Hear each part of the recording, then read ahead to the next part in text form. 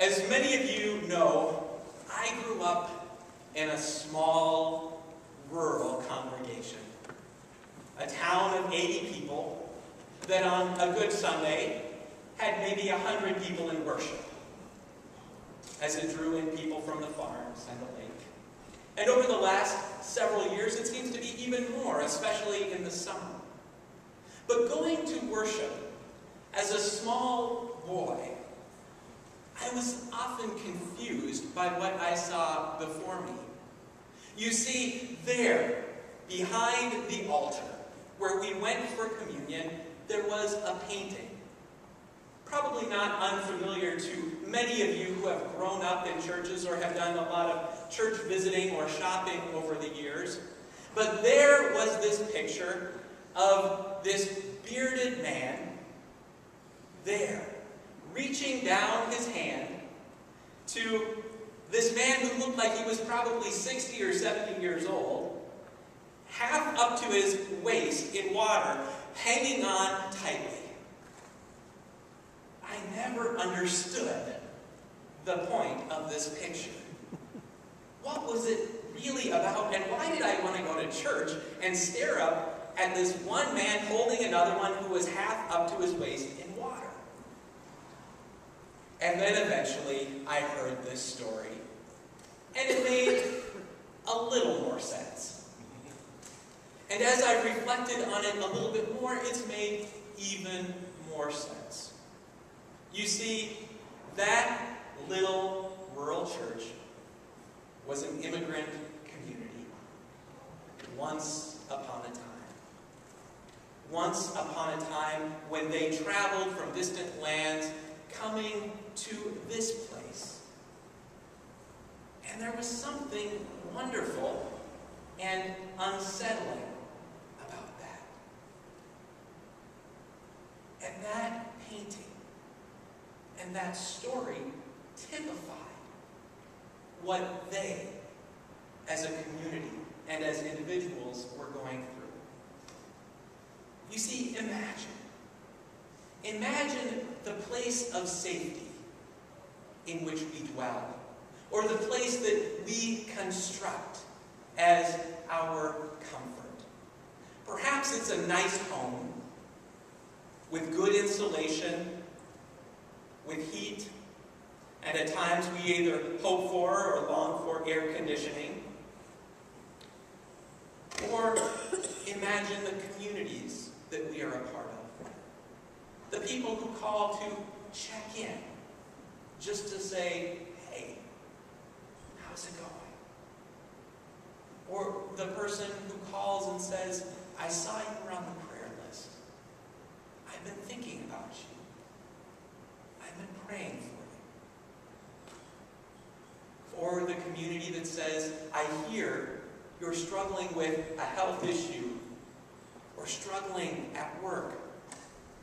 Can we go out for coffee or lunch? And then we construct societies, ideally places where we are connected and interwoven with each other, where we know that there's someone down the street who will lend a helping hand, or maybe in the midst of a cold winter and a lot of snow, is the one who will go around the whole block with their snowblower, not worried just about themselves, but wanting to take care of the community. The boat in the story we hear of today is that place. It's that place where there is a community of disciples gathered. Even in the storms and the winds that rage around, they're there together. In it, together. Friends, cohort, colleagues. They're there. And the early church, oftentimes, when they would build sanctuaries, and this became extremely common in Northern Europe, the church was built like an upside-down ship. Look above us. Look at what this looks like. An upside-down ship, where people come together, where they know that they are part of a community, where they are connected. But the question is, what happens when you step out of that community, that place?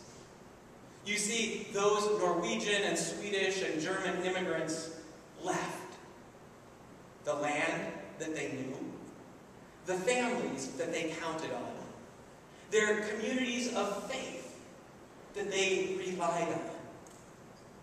They left the government that in many ways helped them or protected them. They left that. And they came to a new place that was perhaps more rugged, where there were unknowns, where there were different types of sickness or challenges, or maybe not the doctors or the people that they had depended on when crises set in. And for those people, this story about leaving a boat and stepping out on the water held significant meaning. But more importantly, it was not just the leaving the boat and stepping out on the water, but knowing that when the going gets tough, when doubts seem to overwhelm, when they're struggling more and more with what's happening in their lives, maybe the crops aren't flourishing, or their youngest child has typhoid or pneumonia, or they're trying to figure out how to take care of their aging parents, that there is a hand that reaches out and holds them fast in the midst of the struggles and in the midst of the doubts. Oftentimes in church we hear that doubt is a bad thing. I don't think that's the reality at all. I think that doubt is that place where we open ourselves up in new ways to what God is doing in and around